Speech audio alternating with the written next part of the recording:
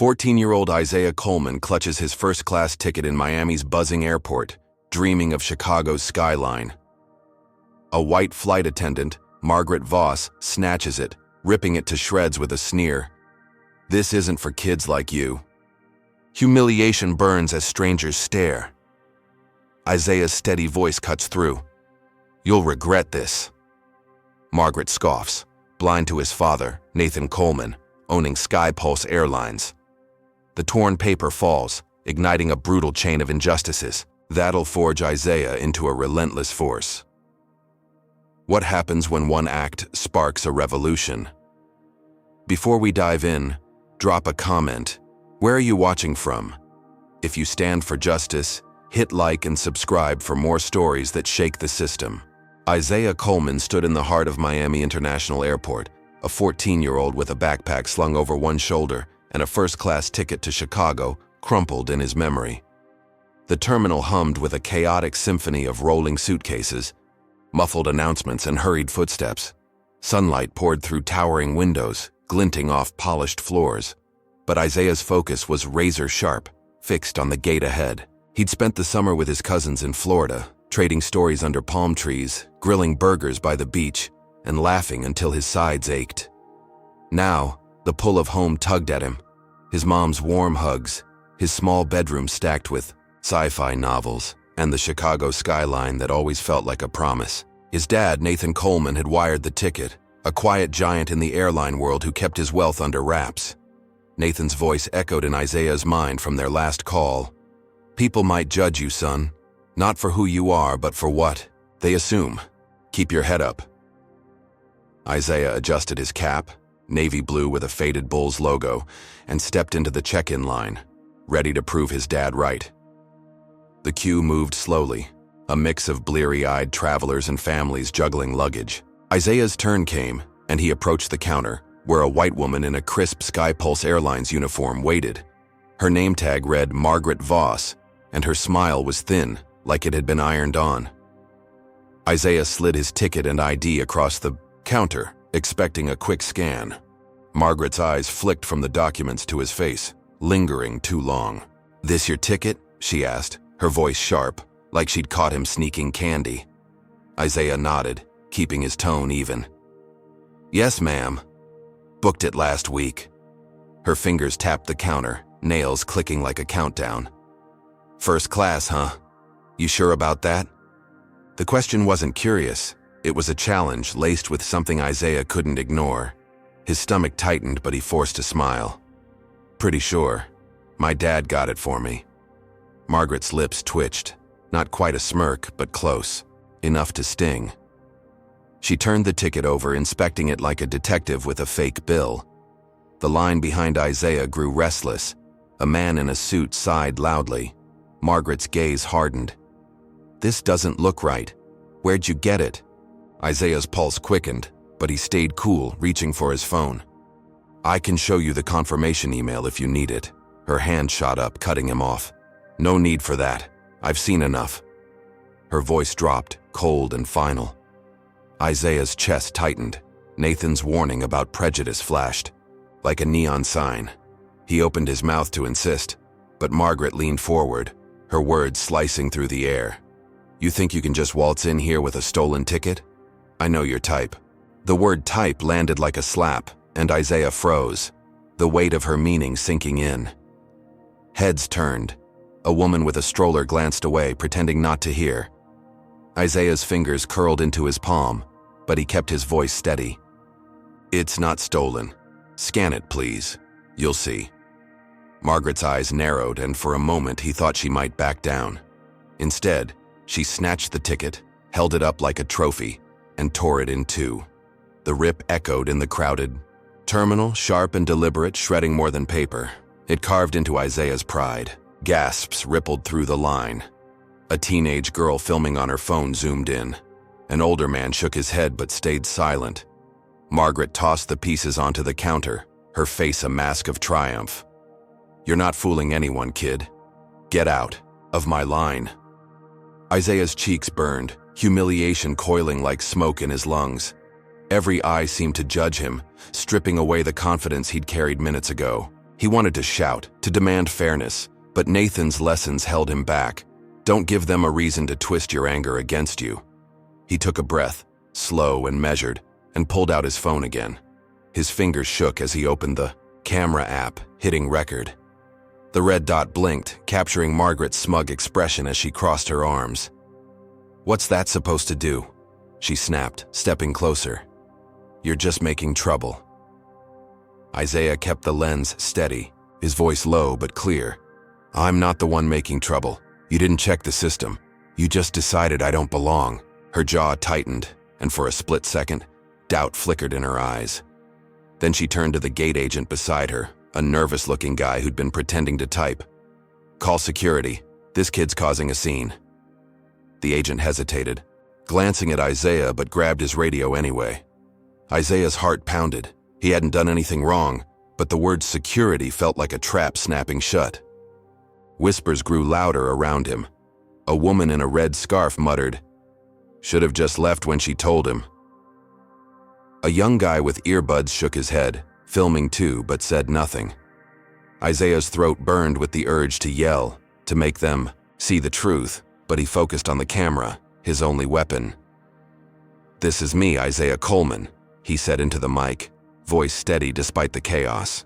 "I had a valid ticket, and she tore it up without checking. This isn't right." The gate agent's radio crackled, and Margaret's smirk returned, sharper now. "You'll wish you'd walked away, kid." Isaiah ignored her, saving the video and opening his texts. He typed fast to Nathan, "They won't let me board. She ripped my ticket." His thumb hovered over send, but before he could press it, two security guards pushed through the crowd, their boots heavy on the tiles. The guards were tall, one with a buzz cut, the other with a mustache that twitched as he spoke. "Step away from the counter, son," Buzzcut said, his hand resting on his belt. Isaiah's pulse spiked, but he kept recording, angling the phone to catch their faces. "I'm not doing anything wrong. I just want to board my flight." Mustache glanced at Margaret, who nodded, her voice dripping with fake concern. "He's been disruptive, refusing to leave after presenting a questionable ticket." The lie was so smooth Isaiah almost admired it, if it weren't ruining him. The guards exchanged a look, and Buzzcut stepped closer. "Put the phone down, and come with us. Now." Isaiah's mind raced. Comply or resist? Resisting felt like handing Margaret a win, proving her troublemaker label. He lowered the phone but kept it recording, slipping it into his pocket. Buzzcut grabbed his arm, not hard but firm enough to make Isaiah flinch. The crowd parted as they led him toward a side corridor, Margaret's eyes boring into his back. The teenage girl's camera followed, and Isaiah caught her whispering, "This is messed up." But whispers didn't stop the cuffs clicking around his wrists, cold, tight, and wrong. "You're not under arrest," Mustache said like it was a favor. "Just need to sort this out."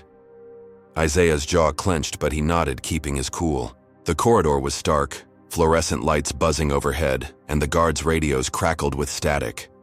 They sat him in a gray room with a metal table, no windows, just a flickering bulb.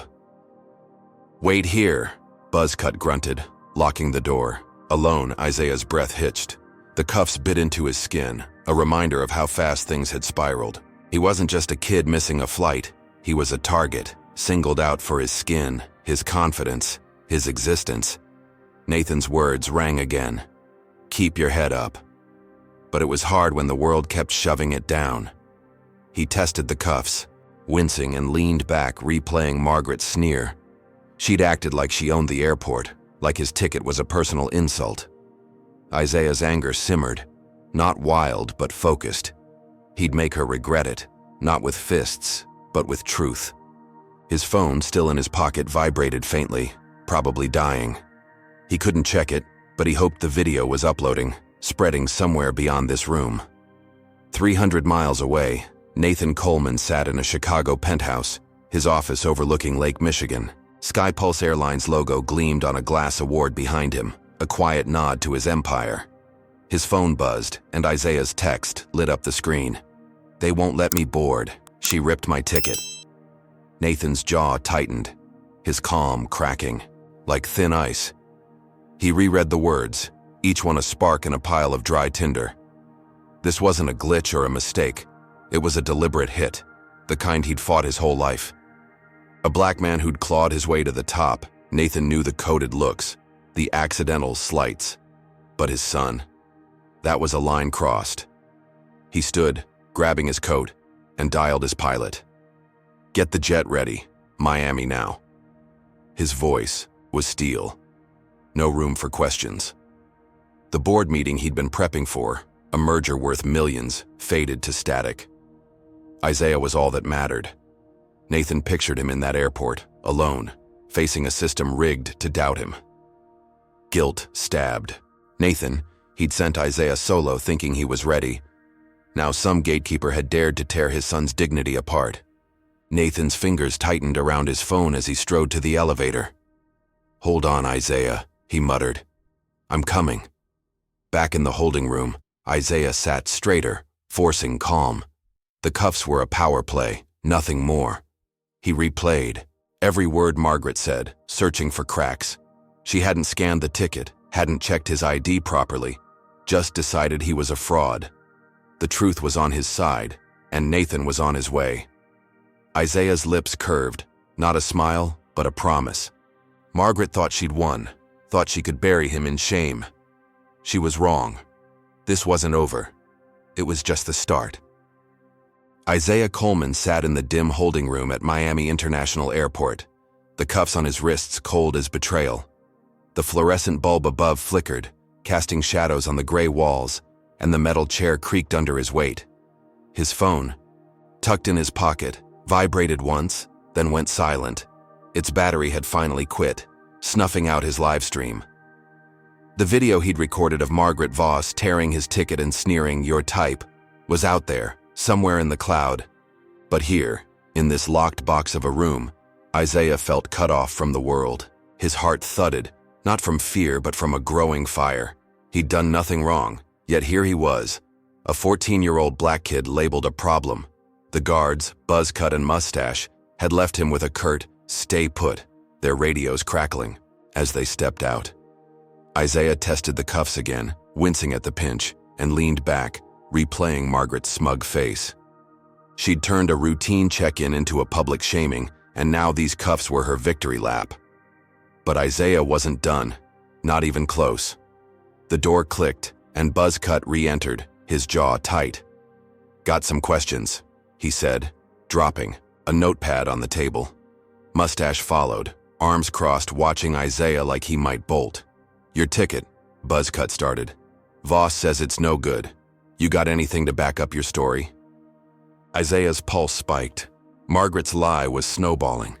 He kept his voice level, channeling his dad's advice to stay sharp under pressure. "It's legit. My dad booked it through SkyPulse's system. Check it yourself." Buzzcut scribbled something, but his eyes stayed skeptical.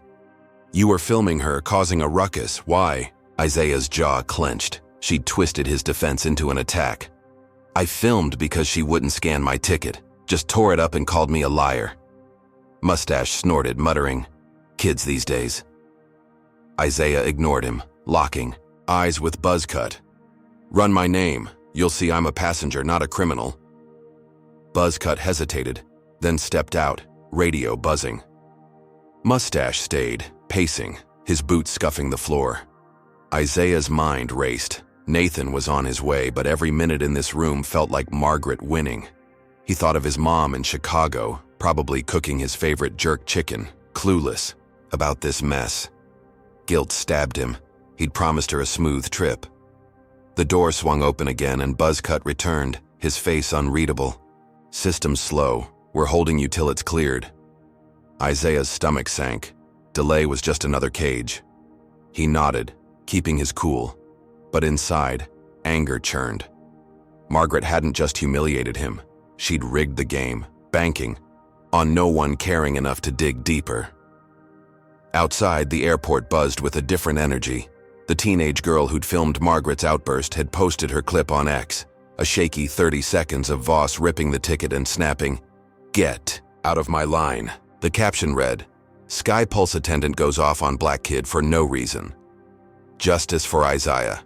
By noon, it had 10,000 views, then 50,000, spreading like wildfire.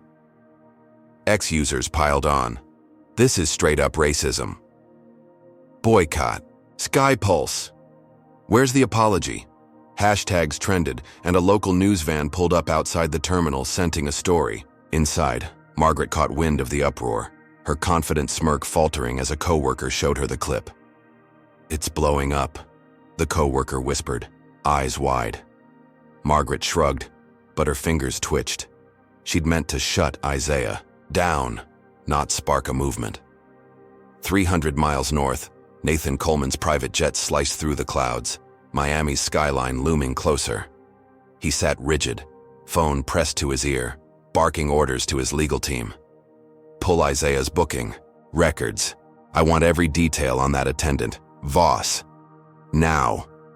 His voice was a low growl, the kind that made boardrooms hush. Nathan's wealth was vast, his ownership of SkyPulse Airlines a quiet empire.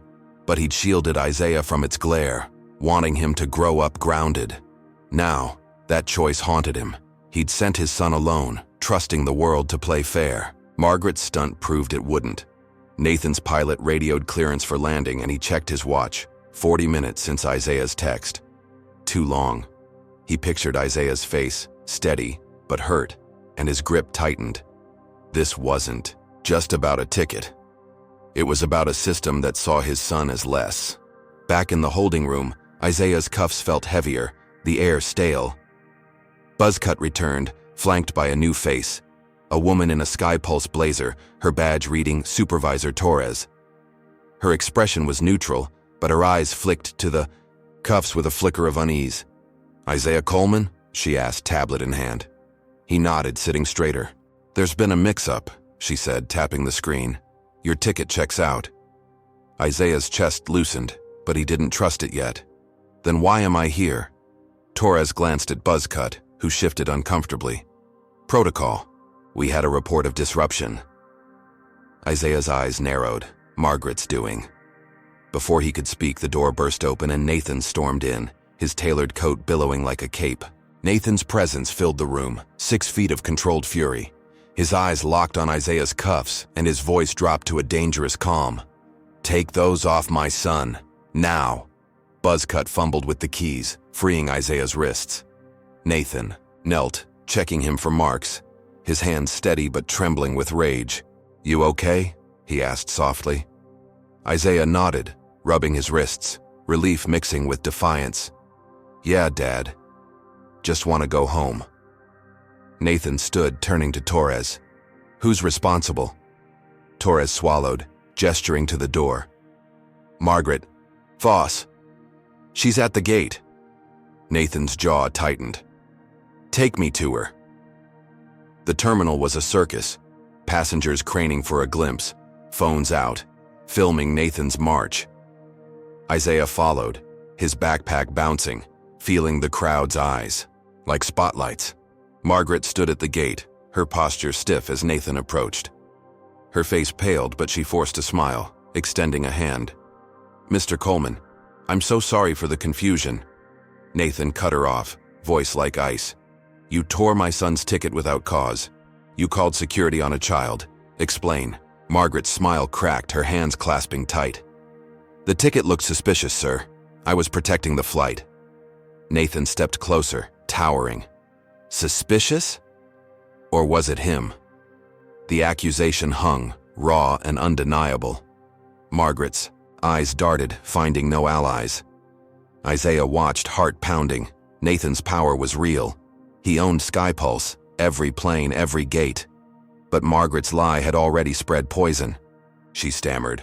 I followed protocol, sir. I meant no harm. Nathan's laugh was bitter.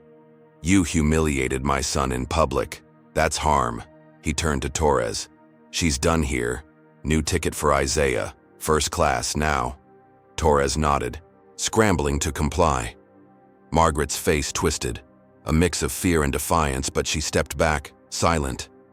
Isaiah felt a spark of triumph. Nathan had flipped the script. Torres handed him a fresh boarding pass, crisp and real, and Nathan guided him to the gate.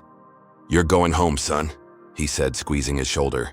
Isaiah boarded the plane, settling into a plush first-class seat, the hum of engines soothing his frayed nerves. He glanced out the window, Miami's lights fading below, and let himself believe it was over. Margaret was exposed. Nathan had his back, and Chicago waited. He closed his eyes, picturing his mom's smile, the weight of the cuffs lifting. 30 minutes into the flight, the captain's voice crackled over the intercom, calm but edged. "Folks, we're making an unscheduled stop in Atlanta due to a security alert. Please stay seated." Isaiah's eyes snapped open. The word alert hit like a punch, too specific, too convenient. Passengers shifted, murmuring, their glances sliding toward Isaiah. A white woman across the aisle clutched her purse, lips tight. A man in a polo shirt whispered to his wife, loud enough to hear, "Probably that kid up front." Isaiah's throat tightened, the triumph evaporating. He caught the eye of a flight attendant nearby, a wiry guy with a buzzed head and a SkyPulse pin. The guy smirked, subtle but unmistakable, and leaned into a coworker, whispering. Isaiah's gut twisted. He knew that look, that nudge. Margaret wasn't on this plane, but her shadow was. The attendant slipped into the galley, phone in hand, and Isaiah's mind raced. This wasn't random. He pulled out his phone, praying for a signal. No bars, but the video app showed his clip had uploaded before the battery died. Now at 200,000 views, comments flooding. "SkyPulse needs to answer for this. Isaiah's a hero." It should have felt good, but the plane's descent into Atlanta felt like a trap. The attendant reappeared, his smirk gone, replaced by a fake concern. "Everything okay, kid?" he asked, too loud. Isaiah nodded, keeping his face blank, but his fingers gripped the armrest. Margaret hadn't backed down. She'd passed the baton. Someone on this crew was her ally, and they'd labeled him a threat. The plane touched down, wheels screeching, on the tarmac. Isaiah's seatbelt felt like a leash, holding him in place as the cabin lights dimmed. Passengers craned to see, expecting answers. The galley attendant lingered nearby, watching him, and Isaiah's skin prickled. Nathan was still in Miami, probably thinking he'd fixed it. Isaiah wanted to call, to warn him, but the signal was dead. The intercom crackled again, and the captain's voice returned, slower now. "We've got authorities boarding to address the situation. Stay calm." Isaiah's breath caught. Authorities meant cops, and cops meant Margaret's next move. He wasn't safe, not yet. The fight was just beginning. Isaiah Coleman sat rigid in his first-class seat as the SkyPulse Airlines plane taxied to a halt on Atlanta's tarmac, the cabin lights casting a sickly glow. The captain's words, "Security alert," still echoed, twisting his gut. Outside, red and blue flashes pulsed through the window, signaling police. Passengers craned their necks, their whispers sharp as knives. "It's gotta be him." What did he do? Isaiah's jaw tightened, the memory of Margaret Voss's sneer, burning fresh. Her ally, the wiry flight attendant with the buzzed head, hovered near the galley, his fake concern now a full smirk. Isaiah's phone was dead, his lifeline to Nathan severed, and the weight of 1,000 eyes pinned him down. At 14, he'd faced taunts before, schoolyard jabs, sidelong glances. But this was different. This was a trap, sprung midair, and Margaret's fingerprints were all over it. The cabin door hissed open, and 2 cops boarded, their boots thumping with authority. The taller one, with a crew cut and a badge glinting, scanned the rows until his gaze locked on Isaiah. "You," he said, voice flat but heavy. "Step into the aisle." Isaiah's heart slammed against his ribs, but he unbuckled slowly, keeping his hands visible. Nathan's advice rang clear. Don't give them an excuse. The woman across the aisle, clutching her purse, leaned away like he was contagious. The man in the polo shirt muttered, "Told you," to his wife. Isaiah stood, backpack in hand, and followed the cops to the jet bridge, their radios crackling with static. The buzzed-head attendant trailed behind, whispering to a coworker, his smirk now a full grin. In the jet bridge, a cold blast of air hit Isaiah, the tunnel's gray walls closing in. The second cop, shorter with a mustache, held up a hand. "We got a report of a bomb threat linked to your name, kid. Care to explain?" Isaiah's breath caught. Bomb threat? The words were absurd. A nightmare stitched from nothing. "That's not me," he said, voice steady despite the shake in his hands. "I've been sitting in my seat the whole flight." Crew cut squinted, pulling out a tablet. "Your name came up. Someone called it in. Said you made threats at the gate in Miami." Isaiah's mind flashed to Margaret, her fake apology, her ally's smirk. This wasn't random. It was her next move. Bigger, uglier, meant to bury him. He opened his mouth to argue, but Mustache cut him off. "Save it. We're searching your bag." They unzipped his backpack, dumping his books, headphones, and a half-eaten granola bar onto a folding table. Passengers peered from the plane's doorway, their phones out, filming like vultures. Isaiah's cheeks burned, not from guilt, but from the spectacle. Every rip of Velcro, every item tossed was Margaret's victory. Crewcut shook his head, finding nothing, but his frown deepened. "Clear for now," he grunted, "but you're coming with us till we sort this." Isaiah's fists clenched. He wasn't free, just caged differently. They led him to a small office off the tarmac, its walls plastered with safety posters, and sat him down. No cuffs this time, but the door locked with a click. Alone, Isaiah's mind raced. The bomb threat was a lie, but it had teeth. Cops, headlines, suspicion. He pictured his mom in Chicago, oblivious, setting out plates for dinner. Nathan was still in Miami, probably fighting his own battles with SkyPulse's board. Isaiah's dead phone felt like a brick in his pocket, useless without a charger. He leaned forward, elbows on his knees, and forced himself to think. Margaret's ally had tipped the cops, banking on fear to paint him as a villain. But the truth was out there. The viral video, the X-posts, the girl's clip from Miami. If he could just get word to Nathan, this could unravel. The lock clicked, and Crewcut re-entered, tablet glowing. "Your dad's on his way," he said, almost reluctant. Isaiah's chest loosened. Nathan was coming again. Hours later, Nathan's jet touched down in Atlanta, the sky bruised purple with dusk. He stormed into the airport office, his tailored suit a stark contrast to the flickering fluorescent lights. Crewcut and Mustache stiffened as Nathan's voice sliced through. "Where's my son?" Isaiah stood, relief flooding him, and Nathan pulled him into a quick hug, checking him over. "I'm fine, Dad," Isaiah said, but his voice cracked, betraying the strain. Nathan turned to the cops, eyes like flint. "You detained a child on a baseless tip. I want names, reports, everything." Crewcut stammered. "It was a precaution, sir." The airline flagged him. Nathan's laugh was sharp, humorless. "The airline? I am the airline." He pulled out his phone, dialing his legal team, and within minutes, the cops were backpedaling, the threat deemed unsubstantiated. Isaiah was cleared, a new ticket issued, and they boarded a private flight. To Chicago, the city's lights a faint promise below. Home felt like a dream, his mom's arms around him, the smell of spices in the kitchen. But the world outside wasn't done. By morning, news outlets had latched onto the Atlanta stop, spinning it wild. Teen questioned in mid-flight scare.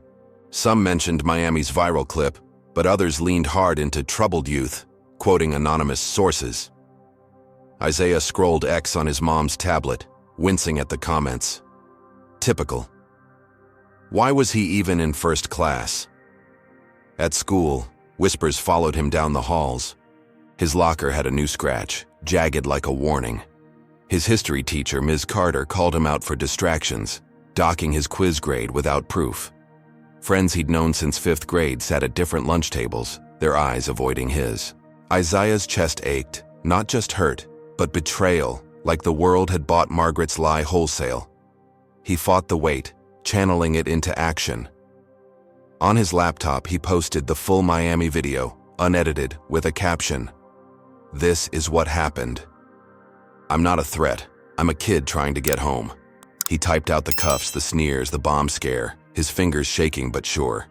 By evening, it had 10,000 views, then 50,000.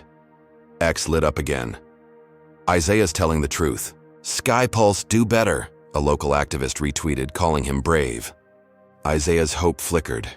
He wasn't alone. His mom hugged him, proud but worried, and Nathan promised a press conference to clear his name. Isaiah went to bed thinking the tide was turning, that Margaret's grip was slipping. Then it hit. Morning brought a new video, not his, spreading faster than wildfire. It showed Isaiah at the Miami gate, but twisted. His voice dubbed, shouting threats at Margaret. His face edited to look wild, unhinged. The clip cut to her pleading for calm. Tears fake, but convincing. X exploded. He's lying! Spoiled kid causing trouble. The caption named him Isaiah Coleman, caught in the act. Views hit 1 million by noon, drowning his post. His phone buzzed with hate, slurs, threats, memes mocking his cap, his skin. His mom's tablet pinged with notifications. Neighbors stared from their stoops. Isaiah's stomach churned as he traced the upload to an anonymous account, but the style screamed, Margaret. She was suspended, cornered, yet striking harder, turning his truth into a lie. Nathan slammed his fist on the kitchen counter, his legal team already on it. She's done, he growled, calling in favors from media contacts. Isaiah nodded, but doubt gnawed him. The doctored video wasn't just a hit. It was a scalpel, carving away his allies. His school's principal emailed about a review of his behavior, hinting at suspension. Classmates posted the fake clip, tagging him with laughing emojis. Even the activist who'd praised him went quiet, unsure. Isaiah's blog comments turned vile. Go back where you came from. He stared at his reflection in the dark screen. The kid who'd stood tall in Miami, now a target nationwide. Nathan's lawsuit was gearing up, but Margaret's shadow loomed larger, her venom seeping into every corner of Isaiah's life. He lay awake, the Chicago wind rattling his window, and clenched his fists. Margaret thought she'd broken him, thought a fake video could erase him. She was wrong. Isaiah wasn't just Nathan's son. He was a fighter, and this was war. He'd find a way to hit back, expose her for good. But as he drifted off, a chill lingered. Margaret wasn't done, and her next move would be worse. The walls of his room felt tighter, like a cage rebuilding itself, and Isaiah knew the fight was far from over. Isaiah Coleman sat at his desk in Chicago, the glow of his laptop screen casting shadows across his face. The room was quiet, save for the distant hum of Lakeshore Drive, but inside, a storm raged. The doctored video Margaret Voss had unleashed. Oh, twisted lies showing him threatening her had spread like poison, turning X into a battlefield of slurs and memes. His inbox overflowed with hate, each message a jab at his skin, his voice, his existence. At 14, Isaiah thought he'd seen prejudice, sly glances, whispered taunts, but this was a tidal wave, drowning his truth. Nathan, his dad, paced. The living room downstairs, phone glued to his ear, rallying lawyers to sue SkyPulse Airlines for defamation. Isaiah scrolled his blog, now buried under trolls, and clenched his fists. Margaret was suspended, her career in tatters, yet she'd struck harder, painting him as a villain to millions. Could one kid fight a lie this big? Nathan's voice broke through, sharp with purpose. They've got nothing, he said, entering Isaiah's room, suit jacket slung over his shoulder. The video's fake, and we'll prove it. His eyes, usually calm, burned with a father's wrath. Isaiah nodded, wanting to believe him, but school loomed like a gauntlet. Monday morning, he walked through Jefferson High's halls, his bull's cap pulled low.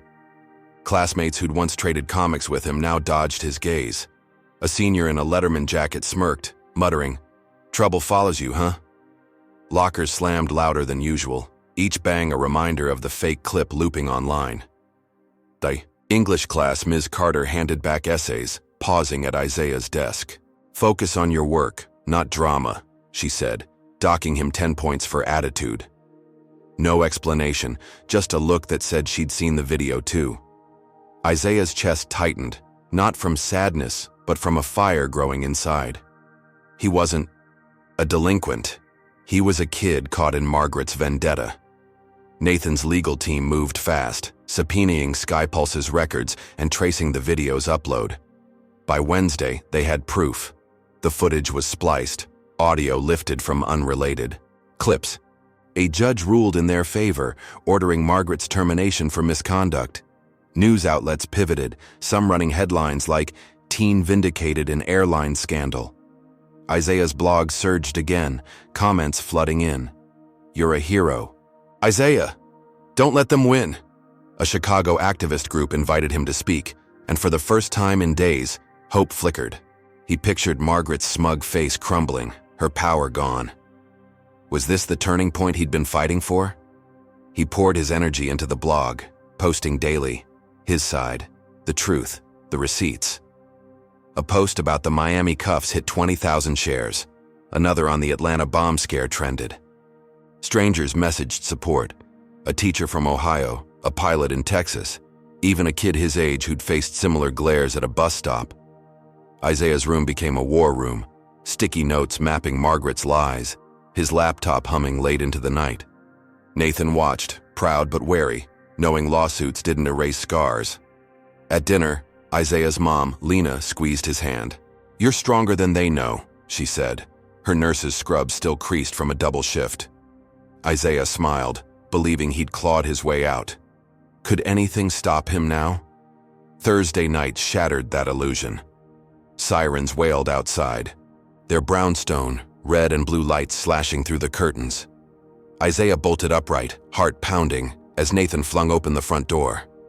3 cops stood on the stoop, led by a burly man with a buzz cut and a badge reading, "Officer Tate." "Routine search," Tate said, warrant in hand, claiming an anonymous tip about drugs.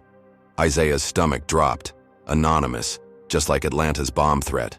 The cops stormed in, flipping cushions, emptying drawers, their boots tracking, mud across Lena's rug. Neighbors peeked from windows, phones out, filming the spectacle. Isaiah stood frozen, watching his comic books scatter, his mom's keepsake vase teetering. Tate's eyes lingered on him, cold and knowing, like he'd already decided guilt. Nathan argued, voice like steel. "This is harassment. You've got no grounds." Tate smirked, tossing Isaiah's backpack onto the floor. "Tip says otherwise. You Coleman seem to attract trouble." The name drop wasn't random. It was a jab, tying Isaiah to the headlines. Lena clutched her phone, recording, but her hands shook. The search dragged on, cops tearing through closets, finding nothing. No drugs, no evidence, just a family's life upended. Tate grunted, disappointed, and left with a warning. "Stay clean, kid."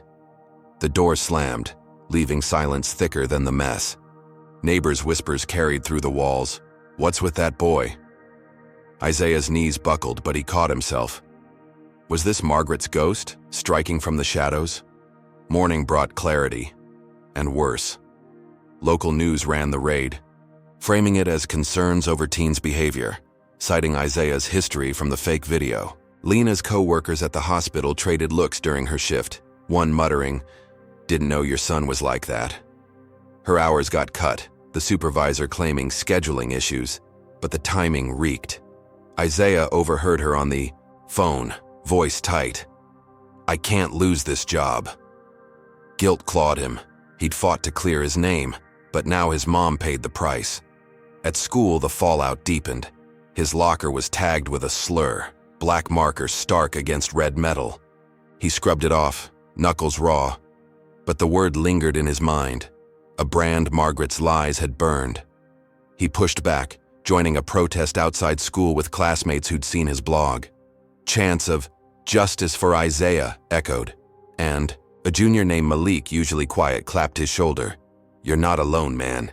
Isaiah felt a rush leading the march, his voice hoarse but fierce. A teacher tried to shut it down, calling it disruptive, but Isaiah stood firm, quoting Nathan, "Truth doesn't wait for permission."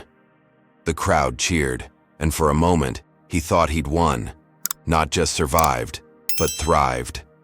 Malik invited him to a gaming session after, a small victory of friendship reclaimed. Was this the community he'd been building, strong enough to shield him? That night, his laptop pinged, a new comment on his blog, then another, then a flood. He clicked, expecting support, but froze. The screen was a nightmare. His posts replaced with vile slurs, his photo swapped for a cartoonish mockery. The blog's admin page showed a breach. Someone had hacked in, turning his sanctuary into a weapon. X lit up with screenshots, users bailing. Thought he was real, but this? Fake activist. Isaiah's throat closed, panic spiking. He traced the hack's IP, hitting a dead end in seconds. A pro job, not some troll. Margaret's face flashed in his mind, her suspension no barrier to this kind of hate. Her allies were everywhere, and they'd hit him where it hurt most. He slammed the laptop shut, breath ragged. Nathan burst in, phone in hand. We'll fix this, Isaiah. Cybercrime unit's on it. But Isaiah's eyes burned, not with tears but fury. The lawsuit, the blog, the protest. They'd pushed Margaret's buttons, and she'd pushed back harder, turning his voice into a curse. Lena sat beside him, her hand warm on his. You're not this, she said, pointing to the screen. Isaiah nodded but doubt gnawed. Supporters were gone. His mom's job hung by a thread, and school was a minefield. Margaret wasn't just fighting. She was rewriting his life. How much more could she take from him? Isaiah stood pacing, his bull's cap twisted backward. He wasn't done. Margaret's hack was a blow, but every blow left a trace. He'd find it, expose her, make her pay. But as he reopened his laptop, a chill settled. This wasn't random cruelty. It was calculated, a step in a bigger plan. What was Margaret building, and who was helping her? Comment number 1 if you're raging at this injustice. How can a kid face this alone? Hit like if you're rooting for Isaiah to fight back, and subscribe to see his next move. What's Margaret plotting now?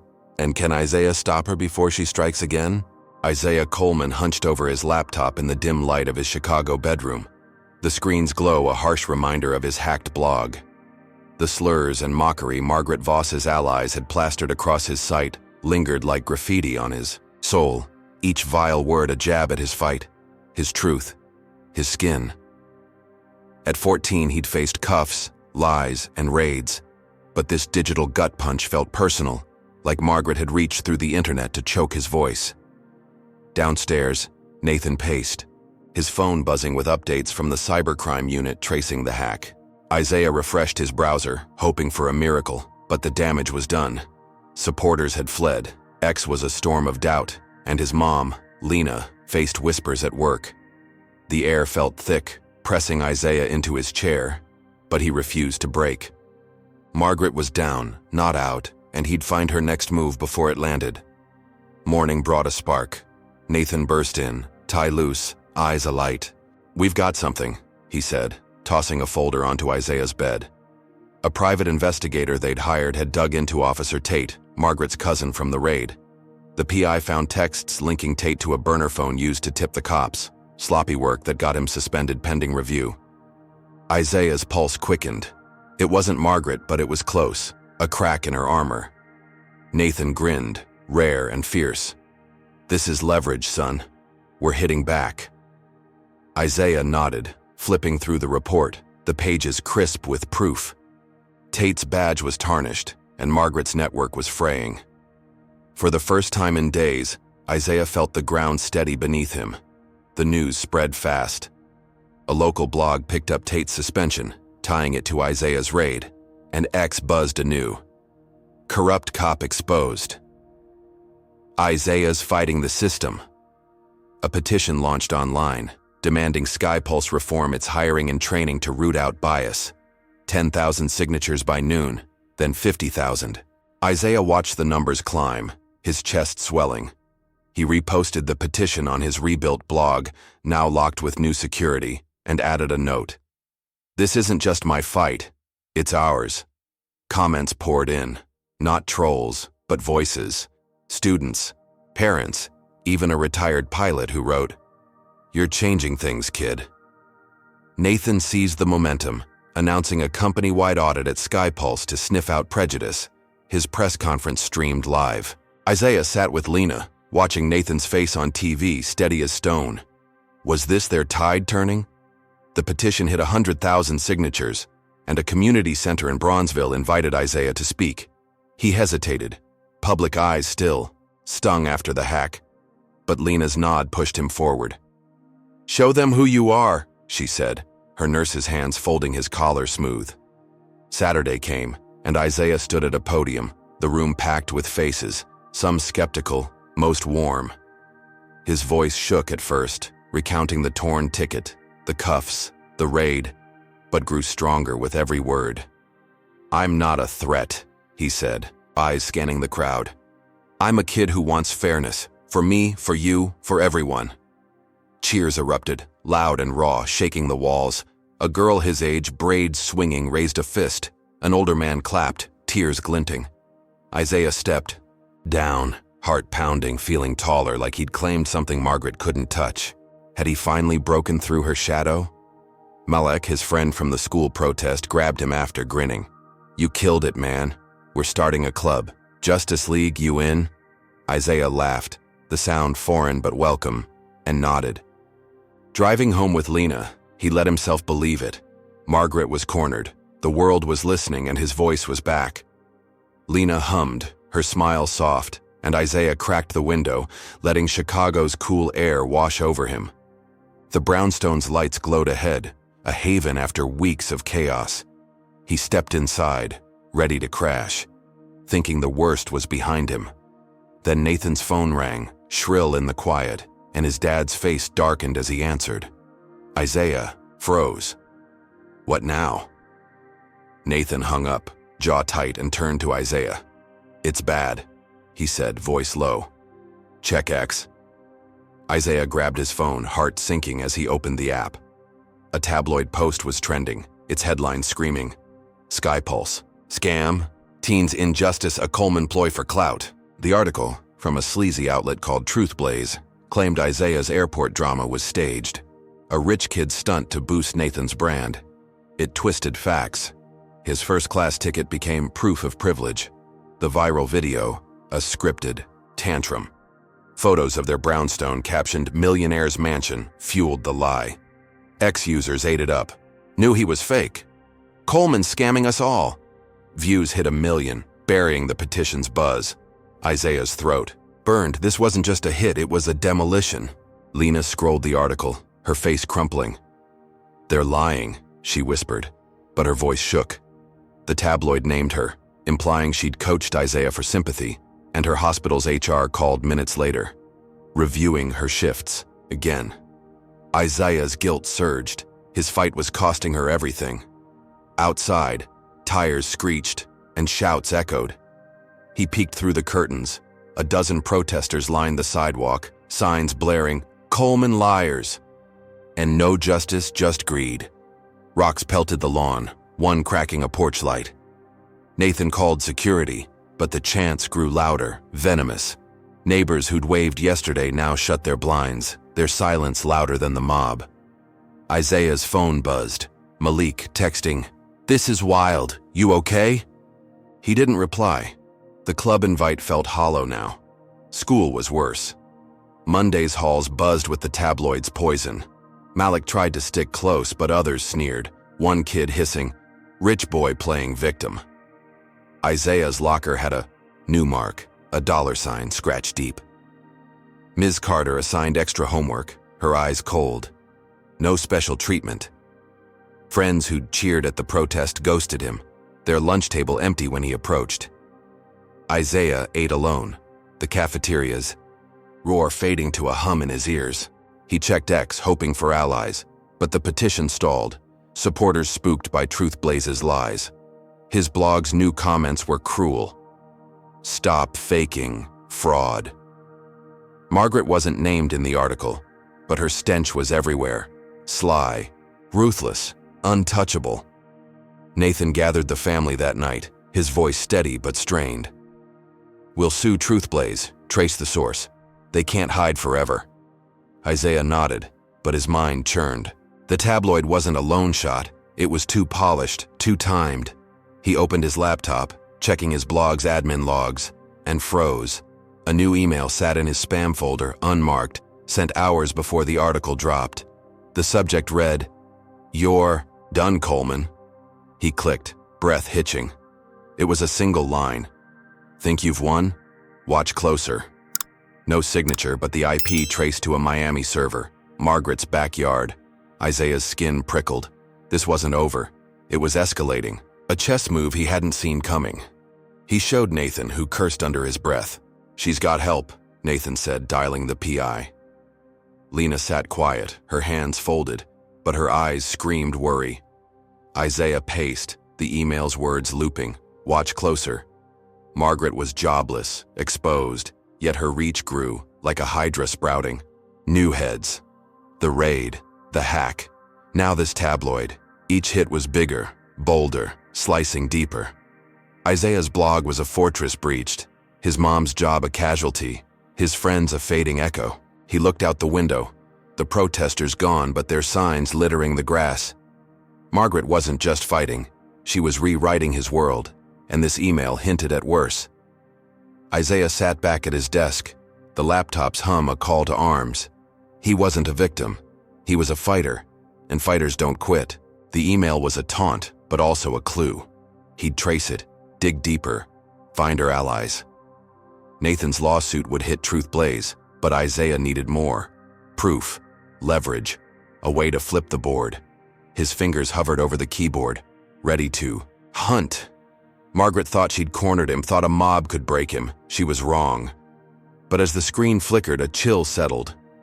What was her bigger plan? And how much closer was it? Isaiah Coleman sat cross-legged on his bedroom floor, the Chicago skyline a faint glow beyond his window.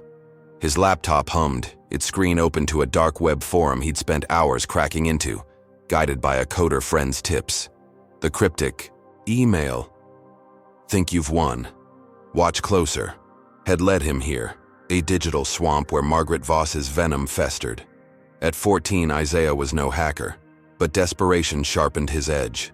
The Truth Blaze article, with its lies about his family faking the SkyPulse scandal, had turned neighbors into strangers and cost his mom, Lena, hospital shifts.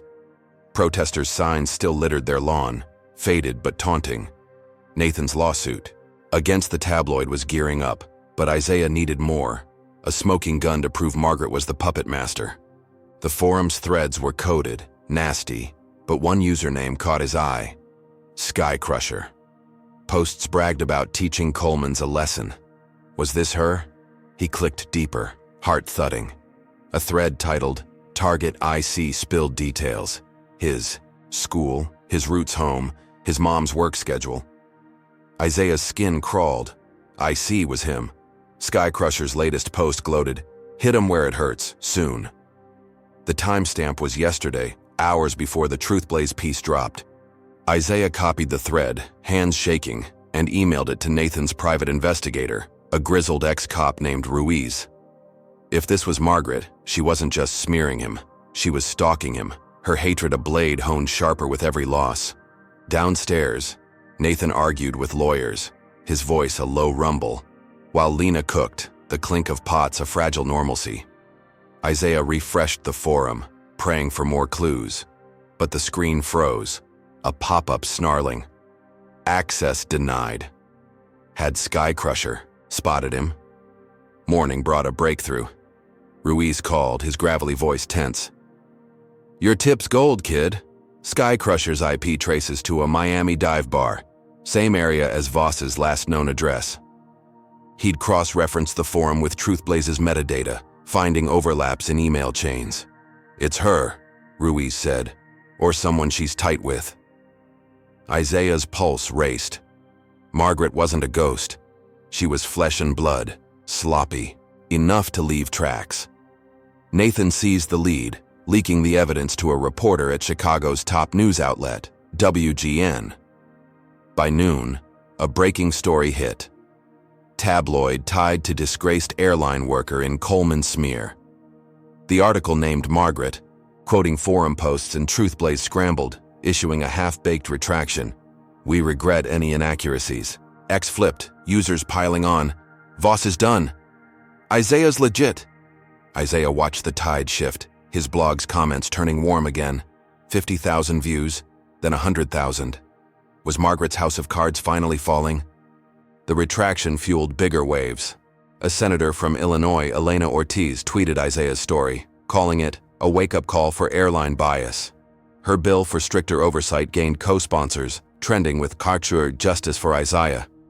Nathan hosted a press conference, his suit sharp as his words. "My son's not a symbol. He's a kid who deserves better." Isaiah stood beside him, cap backward, feeling the camera's weight but not buckling. Supporters rallied online. A petition for SkyPulse reform hitting 200,000 signatures. At school, Malik slapped his back, grinning. "You're unstoppable, man." Even Ms. Carter eased up, grading his essay fair for once. Isaiah let himself smile. A real one, believing he'd turned the corner. Had he outsmarted Margaret at her own game? That night he lay in bed scrolling X, the senator's tweet pinned at the top. His room felt safe, the skyline's glow a shield. Lena kissed his forehead, whispering, "Proud of you." Nathan's voice drifted from a call. Talk of a SkyPulse, board meeting to push anti-bias training. Isaiah closed his eyes, the forum's threats fading like a bad dream. He'd exposed Sky Crusher, flipped the narrative, and sparked a movement. Sleep tugged, but a ping snapped him awake. His phone lit up with an alert. Not X, but his blog's security app. Someone had tried to log in, failing but leaving a trace. Another Miami IP. Isaiah's gut twisted. Margaret wasn't done, just regrouping. He brushed it off, too tired to chase ghosts, and drifted off. A crash shattered the night. Isaiah bolted upright, heart slamming as glass splintered downstairs. Shouts followed. Lena's gasp, Nathan's yell, then a roar like a beast unleashed. He stumbled to the hall, bare feet cold, and saw orange light dancing through the stairwell. Fire. The garage was ablaze, flames licking the walls, smoke curling thick. Nathan grabbed him, shoving Lena toward the back door. "Out now!" Sirens wailed, distant but closing, as they burst into the yard, coughing, eyes stinging. The garage burned, a firebomb's wreckage clear. Broken bottles, gasoline reek. Neighbors gawked, phones out, but none helped. Isaiah's knees shook, not from cold but terror. This wasn't a prank. It was Margaret, striking where they lived. Firefighters doused the blaze, saving the house. But the garage was ash, Lena's car a charred husk. Police cordoned the yard, a detective scribbling notes. "Looks targeted," she said, eyeing the bottle's jagged edges. Nathan's face was stone, but his hand trembled on Isaiah's shoulder. "Nobody's hurt," he said, more to himself than anyone. Lena clutched her robe, staring at the wreckage, her nurse's calm fraying. Isaiah's mind raced. Sky Crusher's post. Hit him where it hurts. The forum had warned of this, and he'd missed it. Too caught in the wind. X was already buzzing. Coleman house attacked. Was it Voss? Supporters rallied, but haters sneered. They deserved it. Isaiah's throat burned, guilt and rage colliding. How had he let this happen? Nathan moved fast, booking a safe house, a sleek condo downtown, guarded by private security. They packed essentials, leaving the brownstone scorched shell behind. In the condo's sterile living room, Nathan sat Isaiah down, eyes fierce but soft. "This isn't your fault," he said, reading his son's silence. "She's the coward, not you." Isaiah nodded, but the fire's heat lingered in his mind, a warning of Margaret's reach. Lena unpacked, her hands steady but slow, her job's loss a fresh wound. Isaiah opened his laptop, the forum still bookmarked, and froze. A new Sky Crusher post, hours old. Round 1, stay tuned. His blood chilled. Round 1 meant more was coming. Bigger, deadlier. He showed Nathan, who cursed, dialing Ruiz. "Find her," Nathan snapped. "She's not invisible." Isaiah stared at the screen, the condo's walls closing in. The senator's bill, the petition, his speech. They'd hit Margaret hard, and she'd hit back harder, turning his home into a target. School felt like another life, Malik's club a fading echo. Supporters were loud, but flames spoke louder, and Margaret's allies were ghosts, slipping through cracks. Isaiah's fingers hovered over the keyboard, itching to fight. But fear gnawed. His family was exposed, their safety a bet he couldn't lose. Then, tucked in his bag, he found a note, slipped in at the community center. "Keep going," it read, unsigned. The ink smudged but bold. A stranger's faith, small but heavy. Isaiah clutched the note, his jaw tightening. Margaret wanted him scared, broken, silent. She'd burned his garage, chased his family, twisted his name. But fire didn't just destroy, it forged. He wasn't a kid hiding anymore. He was a spark, and sparks catch. The note went into his pocket, a talisman. Against doubt, he'd trace Skycrusher, expose Margaret's crew, and end this. Not for revenge, but for Lena's job, Nathan's fight, his own voice. The condo's silence pressed, but Isaiah's resolve hardened. Margaret's next move was coming, and he'd be ready. Or would she strike first, faster than he could see? Isaiah Coleman sat on a stiff couch in the downtown Chicago safe house. The condo's sleek walls a cold contrast to the scorched memory of their brownstone's garage. The firebomb's gasoline stench lingered in his mind, a brutal reminder of Margaret Voss's reach. At 14, Isaiah had faced cuffs, lies, raids, and hacks, but flames were a new beast, raw, personal, meant to break him. His laptop glowed on the coffee table, open to the dark web forum where Skycrusher, Margaret's alias, had taunted Round 1. Nathan paced nearby, phone pressed to his ear, coordinating with Ruiz, their PI, to track her. Lena unpacked. Groceries in the kitchen, her nurse's hands steady but slow. Her job's loss a silent wound. Isaiah's fingers twitched, itching to dig deeper, but fear coiled tight. Margaret's next hit was coming, and the safe house felt like a glass cage. A ping snapped him alert. An email landed in his blog's secure inbox, no subject, from an E.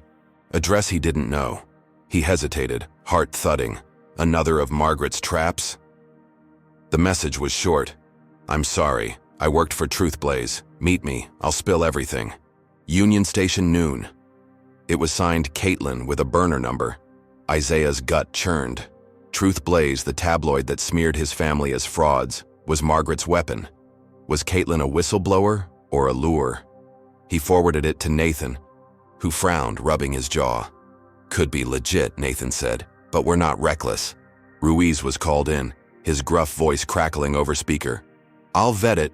Kid, stay sharp." Isaiah nodded, but curiosity burned. This could be the key to Margaret's playbook. By morning, Ruiz had dirt. Caitlin Harper, 22, was a TruthBlaze intern, recently fired for errors. Her social showed a nervous kid, not a schemer, and her IP matched the email. "She's clean," Ruiz said, "but watch your back." Nathan arranged the meet, hiring discreet security. To shadow Isaiah, Union Station buzzed at noon, its marble halls echoing with footsteps and train horns. Isaiah, cap low, spotted Caitlin by a coffee cart. Pale, fidgeting, clutching a folder. She jumped when he approached, her voice shaky. "You're Isaiah? I didn't mean for this." She slid the folder across, eyes darting. Inside were emails, screenshots, plans. TruthBlaze's orders to bury the Colemans, bankrolled by Margaret through a shell account. One memo stood out. "Frame Nathan for embezzling SkyPulse funds, crash the airline stock, ruin them all." Isaiah's breath caught. Margaret wasn't just after him, she wanted the empire. Caitlin spilled more, words tumbling. "Voss called. The shots. I wrote fluff, but they made me push lies. I quit when I saw your house burn." Her guilt was raw, her hands twisting. Isaiah studied her, half trusting, half wary. "Why now?" he asked. She met his eyes, voice firm. "Because it's wrong, you're a kid, not a criminal." He pocketed the folder, adrenaline surging. This was dynamite, enough to bury Margaret.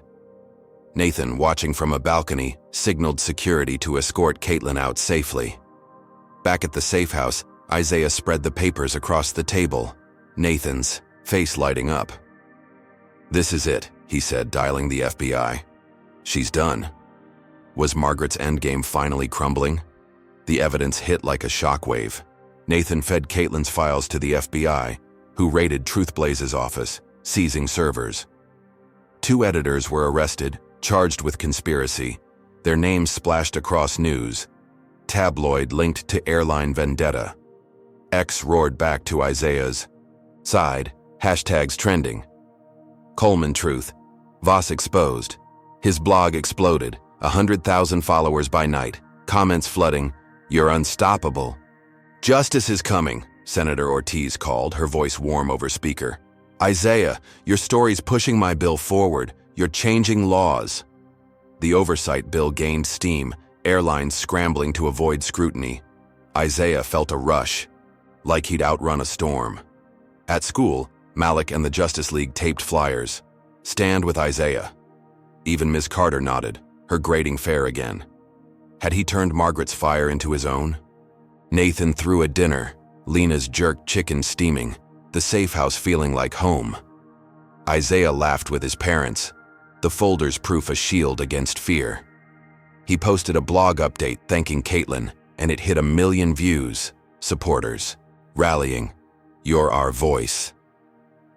A rally was set for Saturday, Chicago's Loop, where Isaiah would speak beside Ortiz.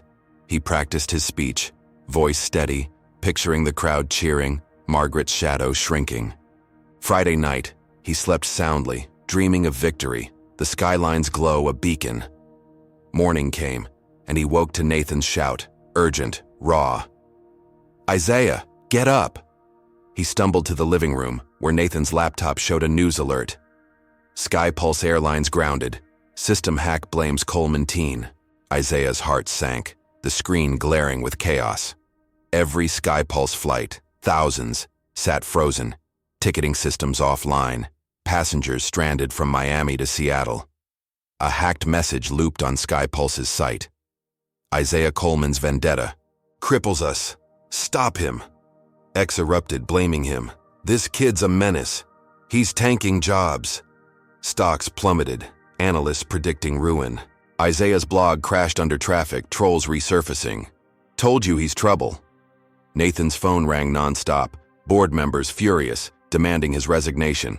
"It's Voss," Nathan growled, slamming a fist. "She's hitting the company." Isaiah scrolled, finding a dark web post from Skycrusher, posted at midnight. "Sky's falling, Coleman's." The hack was surgical, wiping bookings, costing millions. How had Margaret pulled this off? Lena sat face pale as news showed airport crowds chanting, "Coleman out." Isaiah's rally invite teetered. Organizers texted, nervous, "Is this true?" His Justice League group chat went silent, Malik's last message a question mark. The senator's office paused outreach, assessing. Isaiah's chest tightened. The folder's victory now ash. Margaret, out on bail after a prior arrest, had vanished, her tracks covered. Nathan rallied tech teams to trace the hack, but damage was done. SkyPulse bled cash, trust shattered. Isaiah's name, once a beacon, was mud again. The hack pinning, him as a saboteur. He pictured Lena's lost shifts, the fire's smoke, and now this. His fight had cost Nathan's empire. Was he dragging his family down? Nathan gathered them, voice steady despite the strain. "We'll rebuild the system. Sue for damages. Voss can't hide forever." But his eyes betrayed doubt, a flicker Isaiah hadn't seen. Lena hugged him, whispering, "You're enough." Isaiah nodded, but guilt gnawed. His blog, his rally, his push had provoked this. He opened his laptop, searching Skycrushers, posts for clues, and found a new message, buried in code. "Mom's next." His blood froze. Lena, targeted again. The hack wasn't the end. It was a distraction. Margaret's real knife aimed at his heart. He showed Nathan, who cursed, calling, "Security to shadow Lena." Isaiah's hands shook, not fear but fury. Margaret thought she'd won, thought chaos could silence him. She was wrong. He stood, pacing the condo's sterile floor, Skycrusher's taunt looping. The rally was tomorrow, his chance to reclaim his voice, but Lena's safety trumped all. He'd trace the hack, find Margaret's lair, stop her before she struck. The folder's proof had hurt her. This time, he'd finish it. But as the city hummed below, a chill settled. Margaret was a step ahead, her allies invisible, her hate a tide he couldn't outrun. The safe house's locks clicked tight, but Isaiah's resolve burned brighter. He wasn't a victim. He was a hunter, and Margaret was prey. Or was she bait, luring him deeper? Isaiah Coleman sat hunched in the Chicago safe house, the condo's sterile air heavy with dread. His laptop screen glared, open to a dark web post from Skycrusher, Margaret Voss's alias, that read, "Mom's next." The words were a blade, slicing through the fragile hope he'd clung to after exposing Truthblaze's lies. At 14, Isaiah had endured cuffs, raids, firebombs, and hacks. But this threat to Lena, his rock, was a new low. The SkyPulse hack, grounding thousands of flights and pinning blame on him, still roared online, ex-users raging, "Coleman's a curse." Nathan's board was circling, demanding his resignation, while Lena's hospital shifts dwindled. Her co-workers' whispers sharper. Isaiah's fingers trembled over the keyboard, tracing Skycrusher's digital footprints. Margaret was out on bail, a ghost striking from shadows, but he'd find her before she touched his mom. Could one kid outrun a predator this cunning? His coder friend, Jayla, texted from her dorm, her message urgent. "Got a lead on the hack. Call me." Isaiah dialed, heart racing, her voice crackling through. "Skycrusher's sloppy," Jayla said, excitement edging her words. "The hack's server bounced through Miami. Same dive bar as before." She'd sniffed out a VPN trail, narrow but real, pointing to a rundown motel off I-95. Isaiah's pulse surged. This was Margaret's hideout, or close. He relayed it to Nathan, who stood by the condo's floor-to-ceiling windows, Chicago's skyline a gray smear. "Ruiz is on it," Nathan said, dialing their PI. "FBI too." Isaiah nodded, but his mind churned. The hack had crippled SkyPulse, but Mom's next wasn't corporate. It was personal. Margaret's hate boiled down to blood. Was Lena safe, even here? Ruiz moved fast, scoping the motel with a contact in Miami PD. By dawn, he called with news. Found her.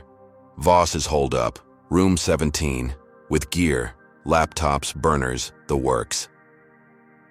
The FBI raided at sunrise, kicking in the door to find servers humming, code matching Skycrusher's hack. Margaret wasn't there, slipped out hours prior, but her setup was a gold mine. Plans to smear Isaiah further, fake audits to tank Nathan's stock, even dirt on Senator Ortiz to kill her bill. News hit like lightning. FBI busts Airline. Hack lair ties to Voss. X flipped, Isaiah's name trending. He's innocent. Voss is the real criminal. His blog roared back, 200,000 hits, comments flooding. You're a legend, Isaiah. SkyPulse's systems. Rebooted, flights resuming, Nathan's board backing off. Was Margaret's empire finally cracking? Isaiah seized the moment, posting a raw blog entry. "They tried to break us, but we're still here." It went viral, 500,000 views by noon, shared by Ortiz herself.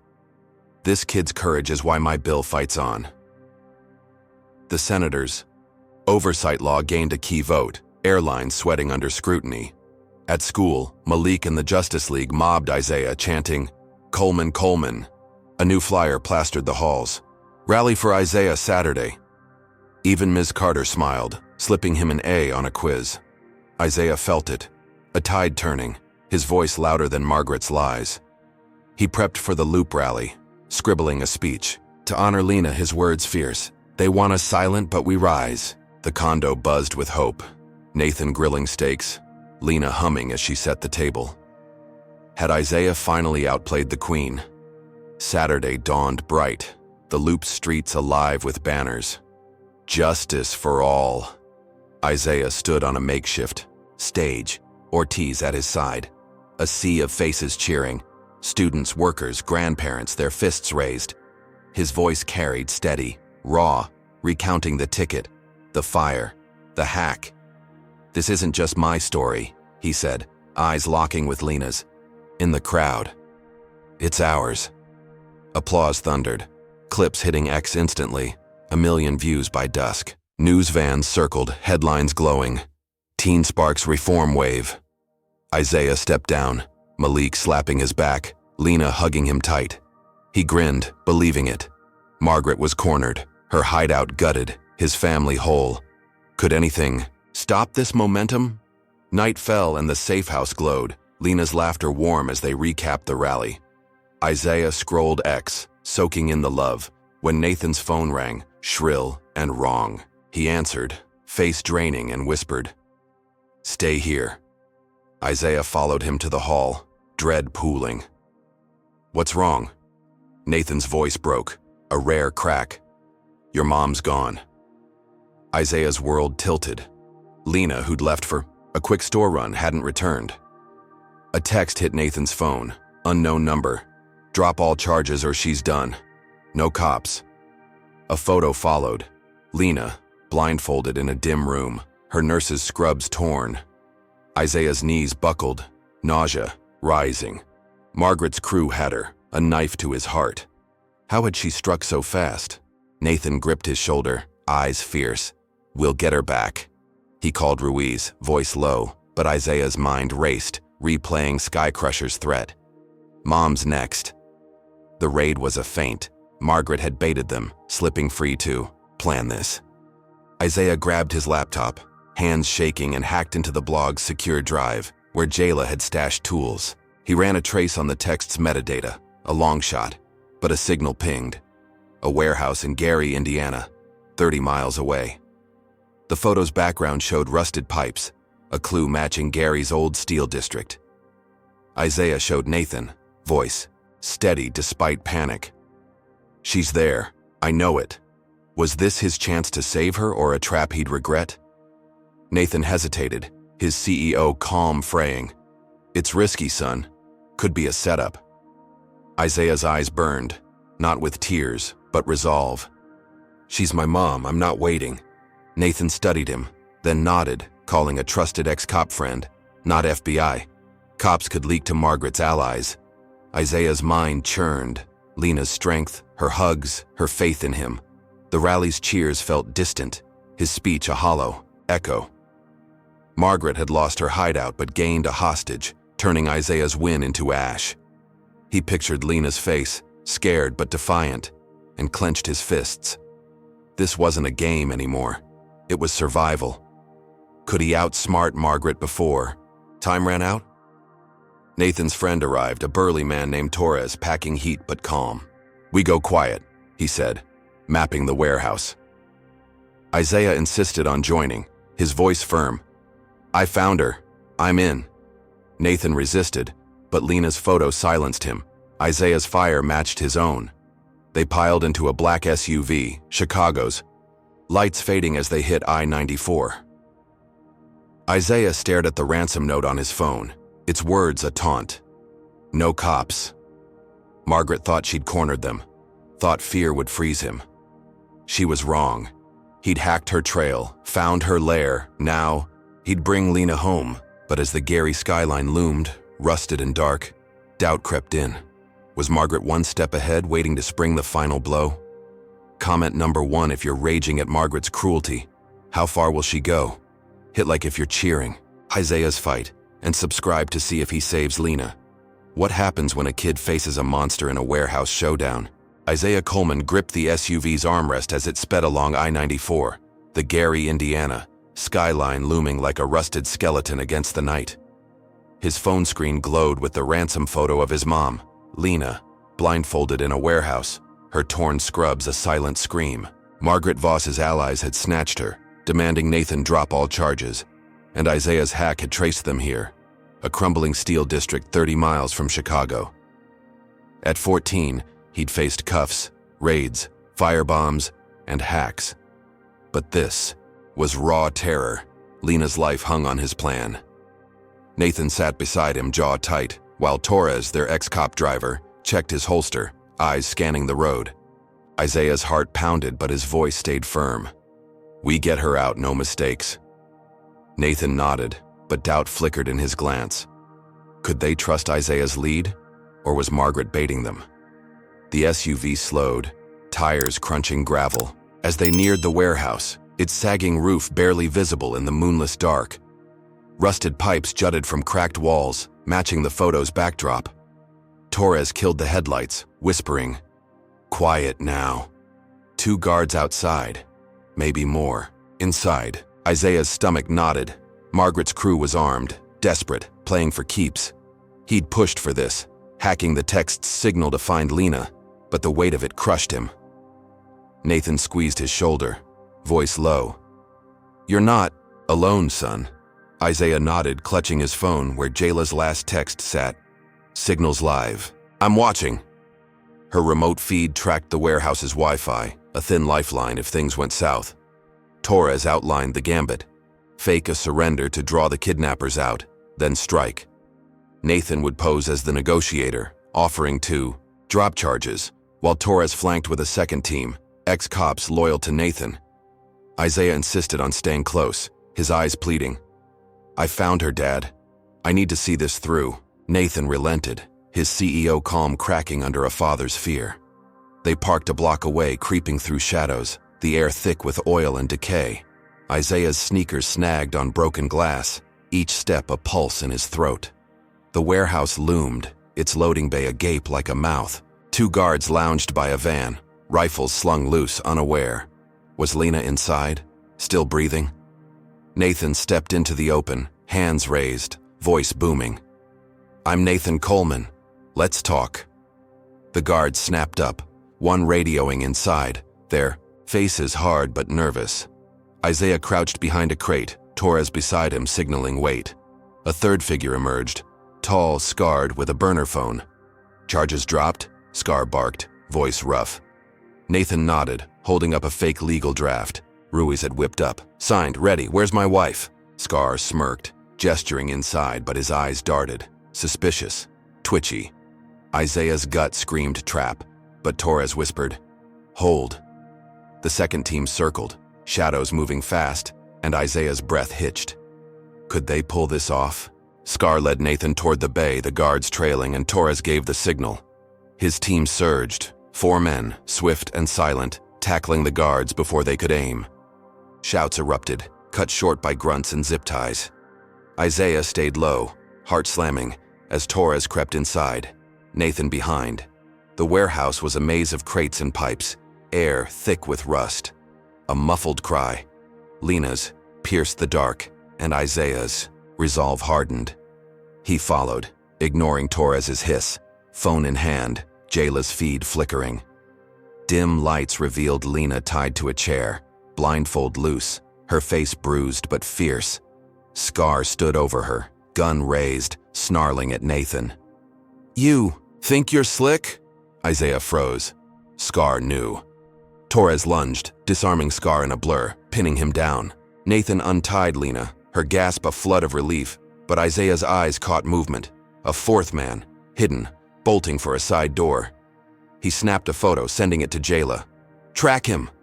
Lena clung to Nathan, whispering, "I'm okay," as Torres zip-tied Scar. The FBI, tipped by Ruiz, roared, and minutes later, sirens splitting the night.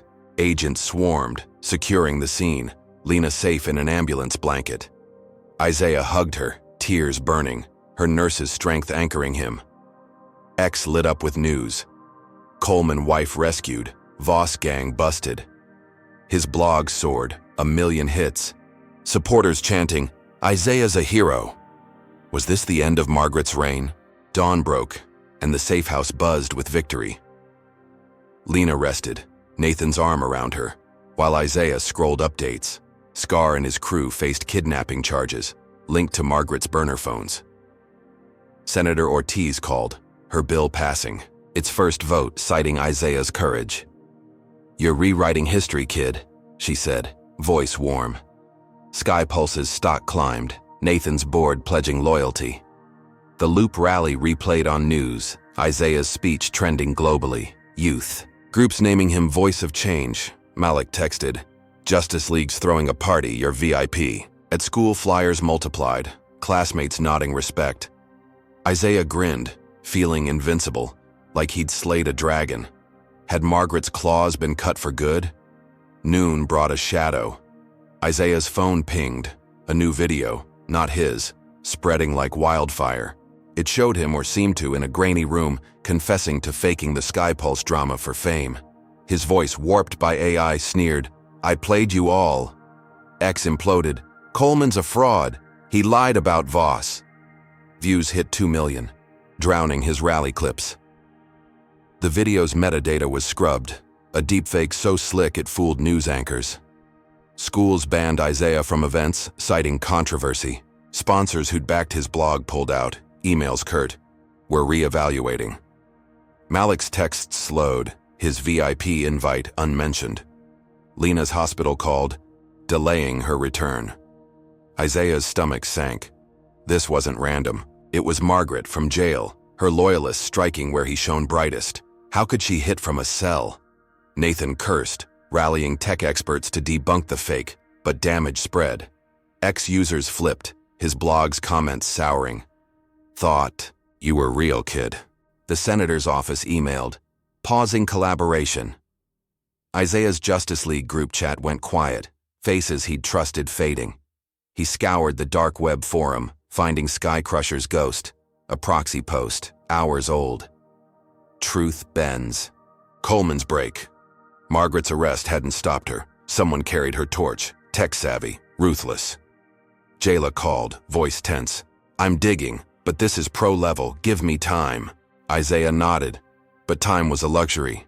His hero status was ash, his family exposed again. Was he losing the war he'd fought so hard?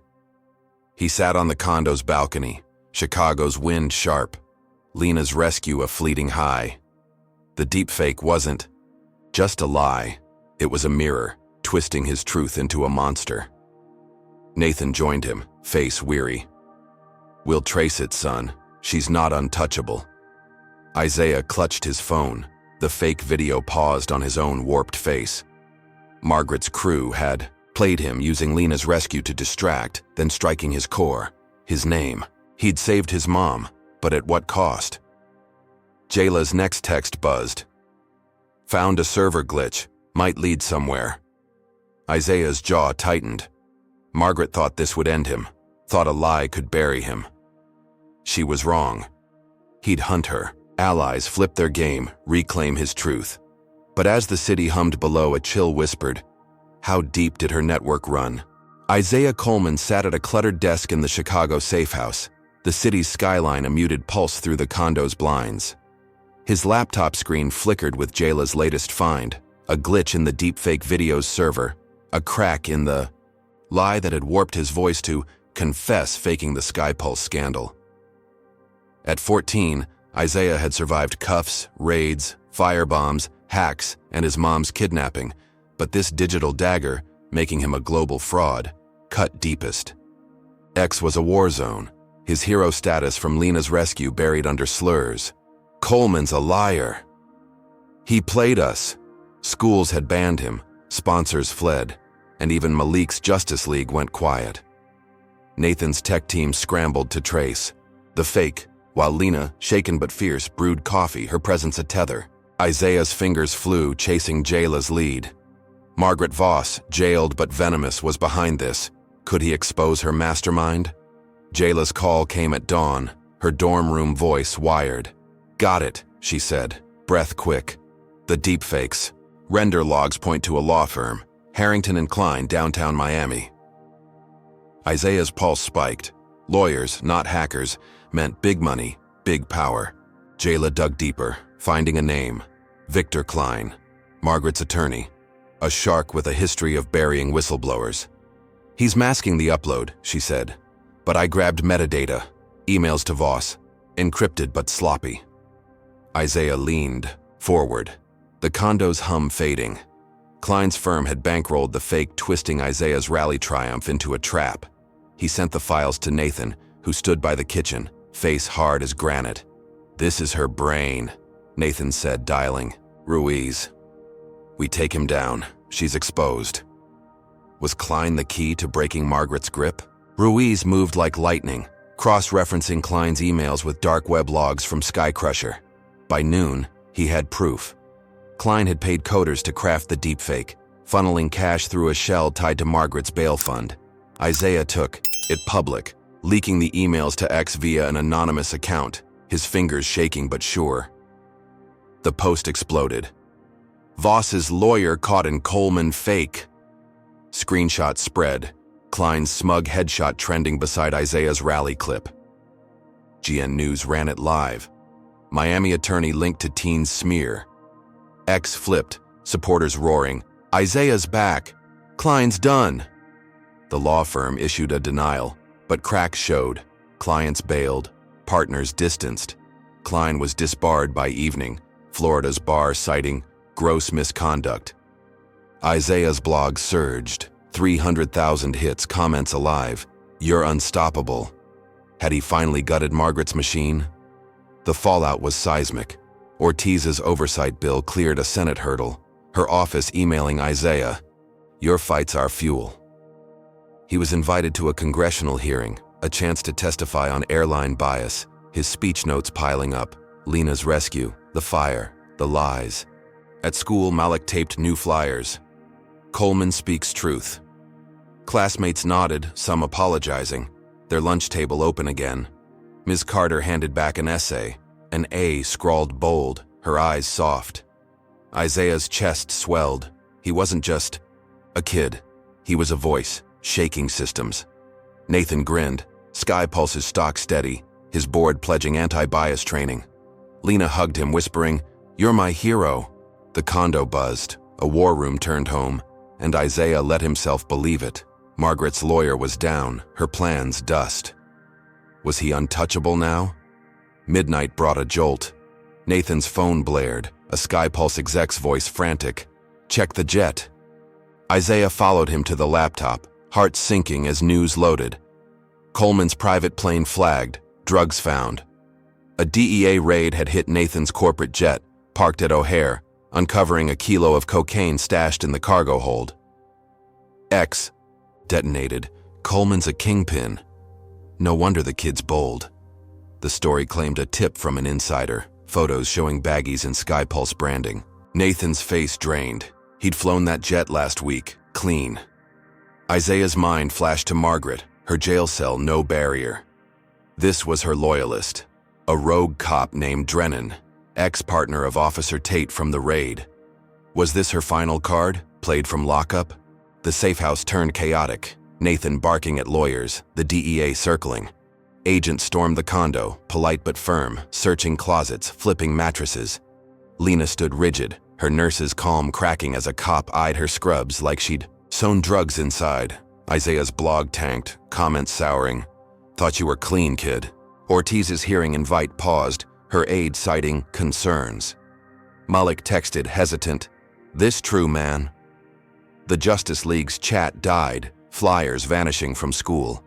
Nathan faced jail, SkyPulse's board whispering, resignation. Isaiah's stomach churned. Lena's rescue, his rally, Kline's fall. They'd stung Margaret, and she'd stung back, framing Nathan to break them all. How had she planted drugs from a cell? Outside, vandals struck, tires screeching as paint, splattered the condo's lobby. Coleman crooks, glass crunched under security's boots, the safe house no longer safe.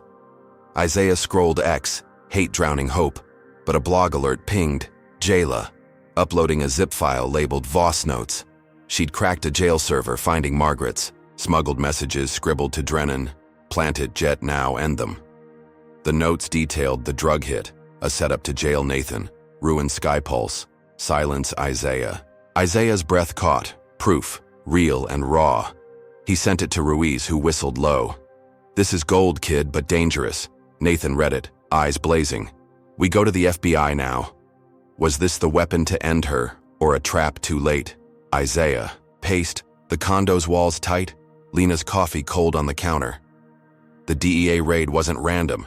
Drennan, tied to Tate, had access, motive, Margaret's orders.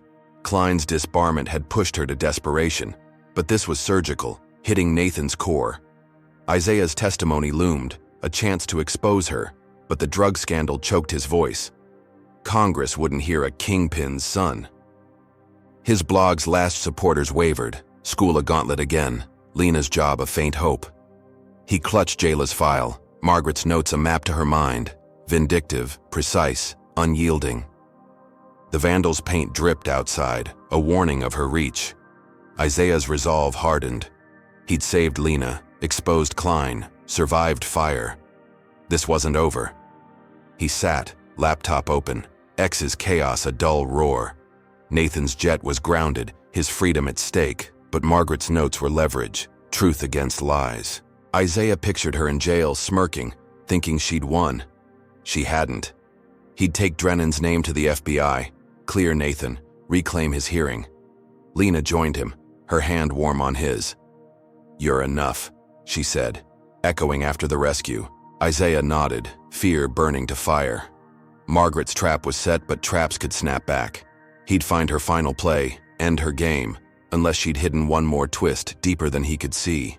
Isaiah Coleman sat hunched over his laptop in the Chicago safe house, the condo's blinds slicing moonlight into jagged strips across the floor. His eyes burned from decoding Margaret Voss's jail notes, smuggled to her rogue cop ally, Drennan, with orders to plant drugs on Nathan's jet. The DEA raid had shaken SkyPulse Airlines, painting Nathan as a kingpin and Isaiah as his tainted heir. At 14, Isaiah had survived cuffs, raids, firebombs, hacks, kidnappings, and deepfakes. But this frame-up was Margaret's sharpest blade, threatening Nathan's freedom and their family's fight. Lena slept fitfully down the hall, her resilience fraying after vandals trashed their lobby. Nathan paced, phone silent, the board's whispers of resignation louder. Isaiah's fingers traced the note's scrawl. Riot, airport, blame him. A chilling plan to spark chaos at O'Hare and pin it on Nathan's negligence. Could he stop her final gambit? The notes were a puzzle, cryptic, but damning. Margaret's words hinted at hired thugs posing as protesters, set to storm SkyPulse's main terminal tomorrow, faking outrage over the drug scandal. The goal, cripple. Operations, tank stock, force Nathan out. Isaiah cross-referenced Skycrusher's dark web posts, finding a thread recruiting extras for a big show. Timestamps matched the notes, and a burner email led to a temp agency in Gary, Indiana, same town as Lena's kidnapping. His pulse raced. This wasn't a guess. It was proof. He woke Nathan, shoving the laptop forward, voice urgent. "She's staging a riot to finish you. We can stop it." Nathan's eyes narrowed, reading the notes, his CEO calm hardening to steel. "FBI now," he said, dialing Ruiz. Was this their chance to end her? Ruiz arrived at dawn, his grizzled face set bringing an FBI contact, Agent Kessler. Isaiah laid out the evidence, notes, posts, the Gary link, his voice steady despite exhaustion. Kessler nodded, scribbling fast. "Solid work, kid. We'll move on O'Hare, quietly." Nathan insisted on alerting SkyPulse security, doubling patrols, but Isaiah pushed harder. "Shut down the terminal, Dad. She's banking on chaos." Nathan hesitated, the cost, millions in delays, looming, but Lena's voice cut through, soft but firm. "Protect them, Nathan." He nodded, greenlighting a lockdown. Isaiah's chest tightened. Margaret's thugs were coming, but they'd walk into a trap. Could they outmaneuver her this time? Morning broke, gray and tense. O'Hare buzzed with travelers, unaware of the storm brewing. Isaiah stayed at the safe house, banned from the airport for safety, his laptop streaming SkyPulse's security, feeds via Jayla's backdoor hack. Nathan was on site, coordinating with Kessler, who'd planted agents in plain clothes. By 10, chatter spiked. A crowd gathered outside Terminal 3, signs blaring, Coleman out. "And SkyPulse scams!" Isaiah zoomed in, spotting rough faces, no locals, their anger rehearsed. A man in a gray hoodie lobbed a bottle, shattering glass, and the mob surged, shouting scripted slurs. Isaiah's heart slammed. Margaret's riot was live, her thugs playing their part. But where was the spark to ignite it? Kessler's voice crackled over Nathan's earpiece, fed to Isaiah's screen. "Got eyes on 3 instigators. Moving in." Agents swarmed, tackling Hoodie, and 2 others before they could escalate, zip-tying them as travelers scattered. The crowd fizzled, confused, some filming, others fleeing. X lit up with clips. SkyPulse stops riot. Coleman set up again. Isaiah's blog pinged. Supporters flooding. You called it, Isaiah. The FBI hauled the thugs to a van, finding burner phones linked to Gary's agency. Margaret's fingerprints clear as day. Nathan's face appeared on the feed, addressing cameras. This was sabotage, not protest. We're fighting back. Isaiah exhaled, relief sharp. Had they snuffed Margaret's fuse? The bust was clean, no injuries. SkyPulse's stock steady. Kessler called Nathan, confirming the thugs' ties to Drennan, who'd fled town. Margaret's notes matched their orders, her jail cell a hollow throne. Isaiah posted the truth, his blog hitting 1 million views. Voss tried to burn us. We're still here. X roared approval. Yar's Coleman truth trending globally. Nathan returned to the safe house, hugging Isaiah tight. You saved us, son. Lena smiled, her strength back, cooking dinner as normalcy crept in. Ortiz's office reinstated Isaiah's hearing invite, her bill nearing a vote. Malik texted, Justice League's back, bro. School flyers multiplied, classmates chanting his name.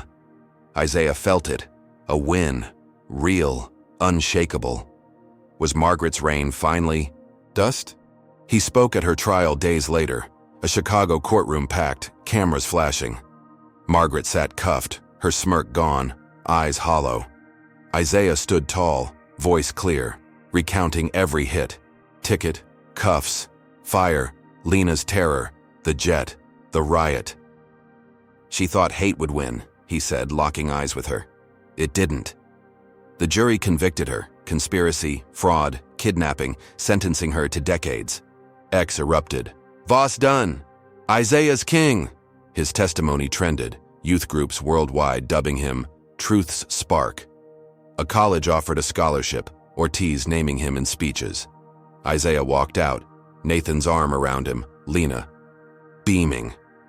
The safe house felt like home, his blog a beacon, 2 million followers, comments alive. You changed everything. Had he buried her for good? Evening settled, and Isaiah scrolled X, soaking in the glow.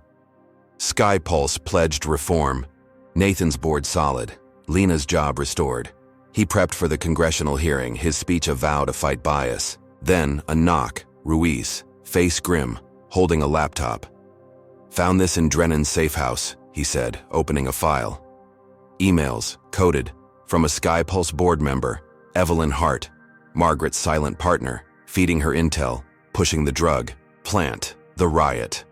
Isaiah's breath caught. Hart was at Nathan's table, smiling, plotting their fall. He hacked her email via Jayla's tools, heart racing, finding a draft to oust Nathan. Coleman's unfit, I lead. Was Hart Margaret's shadow, pulling strings? Nathan read the emails, face ashen. She's been here all along. He called an emergency board meeting, confronting Hart live. Isaiah streamed it, Jayla boosting the signal, X watching as Hart stammered, lies unraveling.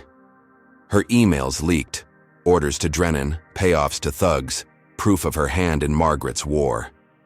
The board expelled her, FBI agents waiting outside. X cheered. Coleman cleans house. Isaiah's unstoppable. Hart's arrest hit news, SkyPulse's reform doubling down, Nathan's grip firm. Isaiah's blog soared, 3 million hits, his hearing now a global stage. He stood on the condo balcony, Chicago's wind cool, feeling like a giant. Margaret, convicted, Hart gone, his family whole. But a package arrived, unmarked, heavy. Isaiah tore it open, pulse spiking, a thick manifesto, Margaret's handwriting, scrawled in jail. You won't end us. We're legion. Pages detailed allies, plans, a network beyond Hart, Drennan, Kline. Lena gasped, Nathan cursed, but Isaiah's jaw set. She was locked away, her pawns falling, yet her words taunted. A final jab, or a real threat? He tossed it on the table, eyes fierce. Hart's fall was his doing, Margaret's trial his voice. The hearing loomed, a chance to shake the world. Isaiah wasn't done.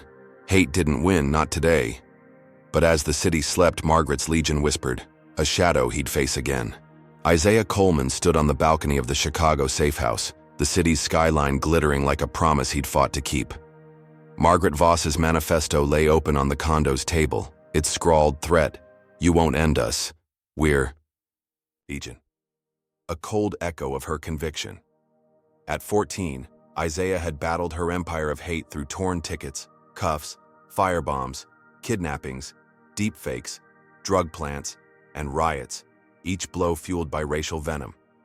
Her ally, board member Evelyn Hart, was arrested, exposed by Isaiah's hack, and SkyPulse Airlines stood stronger, Nathan's leadership unchallenged. Lena's job was restored, her nurse's smile warm again. Yet the manifesto's words lingered, hinting at a network beyond Margaret, a shadow Isaiah couldn't ignore. His congressional hearing loomed, a chance to cement change, but doubt gnawed. Had he won, or was this calm a trap? Morning brought clarity. Nathan gathered the family, his voice steady as he unveiled SkyPulse's new anti-racism protocol, a global mandate for training, audits, and passenger protections, inspired by Isaiah's fight. "This is your legacy, son," Nathan said, handing him a draft, pages thick with policy. Isaiah read, heart swelling, mandatory bias workshops, diversity hiring, a hotline for complaints, all branded Coleman Standard. News hit X. SkyPulse redefines fairness. His blog exploded, 4 million followers, comments alive. "You did this, Isaiah." Airlines worldwide scrambled to match, fearing Ortiz's oversight bill, now law after a Senate rout. Lena hugged him, whispering, "You're bigger than they know." Was this the system bending to his will? Isaiah channeled the momentum, launching a teen advocacy app, TruthSpark, linking youth to fight bias. He coded late nights with Jayla, their safe house a hub of ideas, Lena brewing coffee, Nathan fielding calls from CEOs. TruthSpark hit app stores, 100,000 downloads in days, kids posting stories, a girl denied service, a boy profiled, each voice echoing Isaiah's. X cheered, "Teens take over, Isaiah's army." Schools invited him to speak, Malik's Justice League designing app logos. At Jefferson High, classmates wore TruthSpark pins, Ms. Carter beaming, "You're our pride." Isaiah felt it, a movement, not just his, growing wild. Could hate stand against this tide? Nathan's empire thrived, SkyPulse's stock soaring, its terminals buzzing with travelers under new signs. Fairness first. Margaret's trial faded, her decades-long sentence a footnote, her manifesto dismissed by news as diluted rants. Isaiah prepped for the UN Youth Summit, a keynote to global leaders, his speech a vow. One voice can crack a system. He stood in his room, practicing to the mirror, cap backward, words sharp, ticket, fire, Lena's blindfold, Hart's emails. The world listened, Ortiz tweeting his draft. "This kid's our future." Lena ironed his suit, Nathan polished, his shoes, their pride a quiet fire. Isaiah boarded a SkyPulse jet, first class, no sneers, the skyline fading below. Was this victory, real and whole? The summit was electric, Geneva's halls packed with youth from Nairobi to Seoul, their cheers, lifting Isaiah as he spoke. "I was 14, just a kid with a ticket," he began, voice steady, recounting Margaret's hate, his family's fight, TruthSpark's rise. Cameras flashed, live streams hit millions, X ablaze, Isaiah's global. End bias now, leaders pledged funds, UN reps naming him Youth Catalyst. He stepped off stage, shaking hands, a college dean offering a full ride. Lena and Nathan watched online, texting, "You're our star." Isaiah grinned. The world his stage, Margaret's shadow dust, or so he thought. Had he truly ended her war? Night fell, Geneva's light soft as Isaiah returned to his hotel, summit buzz still humming. A message waited, not X, but his blog's secure line, from an alias, Whistle. His gut twisted. Another of Margaret's ghosts? The email was heavy, A zipped file labeled Legion. He opened it, breath hitching, finding logs, chats, ledgers. A syndicate, not just Margaret, targeting black leaders like Nathan. Names flashed, judges, CEOs, cops, a network woven through airlines, courts, media. One chat named Isaiah. Kids. Trouble. Neutralize. The manifesto wasn't delusion. It was a map. Margaret a pawn for bigger players. His hand shook. This wasn't over. It was deeper. Darker. Who was pulling these strings? He forwarded the file to Nathan, calling Jayla, voice tight. "It's real," she said, already tracing. "Servers offshore, but I'll crack it." Nathan replied, "Urgent. FBI now. Stay safe." Isaiah paced, the hotel's plush walls, mocking his calm. The syndicate explained it all: Margaret's bail, Kline's cash, Drennan's drugs, Hart's betrayal. She was a soldier, not the general, her hate a tool for power. X stayed blind, summit cheers fading as news missed the truth. Isaiah's app surged, kids unaware they'd joined a bigger fight. Lena's text came, "Come home, baby." But home felt fragile, the syndicate's reach a noose tightening. Could he face a foe this vast? The FBI moved, raiding a Miami hub linked to the file, seizing drives but missing the leader. A figure coded Alpha vanished into encrypted chats. News broke. Coleman exposes syndicate. X split, some cheering Isaiah, others doubting. He's paranoid now. His summit speech trended, but skeptics sneered. Kids chasing ghosts.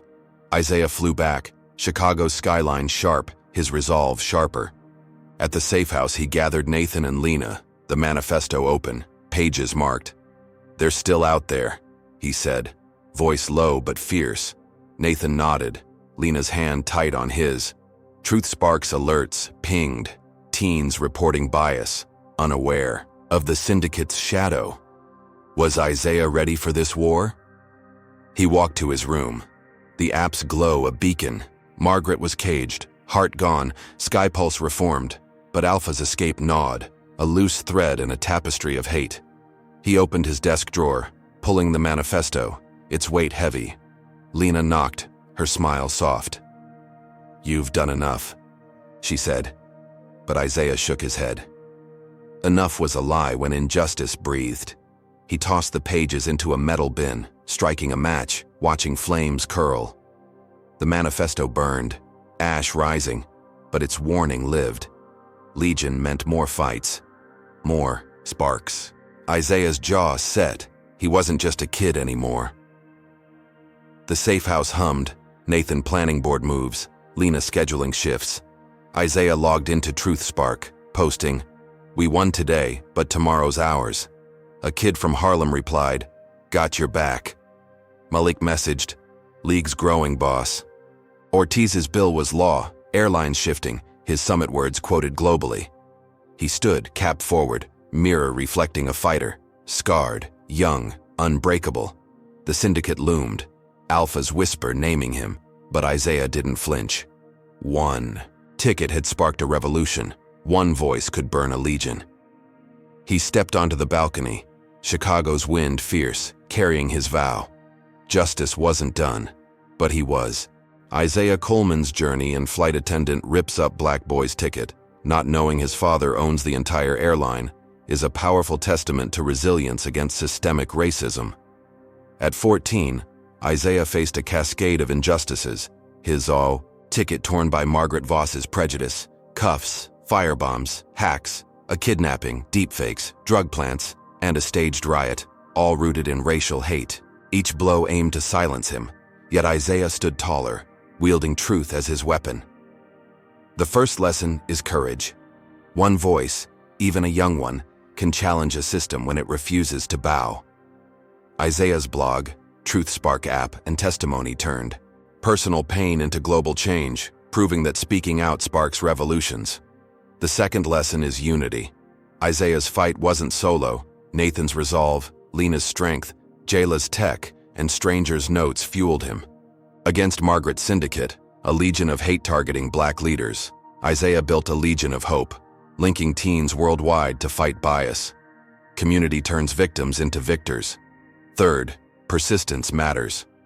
Margaret's escalating attacks, each crueler, from vandalism to framing Nathan, tested Isaiah's limits, but quitting wasn't his language. He exposed her pawns from Kline to Hart and burned her manifesto, vowing to face the unseen alpha. Change demands endurance, not surrender. Finally, justice is a marathon. SkyPulse's anti-racism protocol and Ortiz's law were victories, but the syndicate's shadow lingers. Isaiah's story teaches that wins are steps, not endpoints, in dismantling hate. His spark lit a fire. Will you carry it? Comment number 1 if you've faced or fought bias. Share your story. Hit like if Isaiah's grit inspires you. Subscribe for more racism stories that challenge systems, and share to spread truth. Thanks for joining this fight for fairness. Here's to a world where every voice rises strong.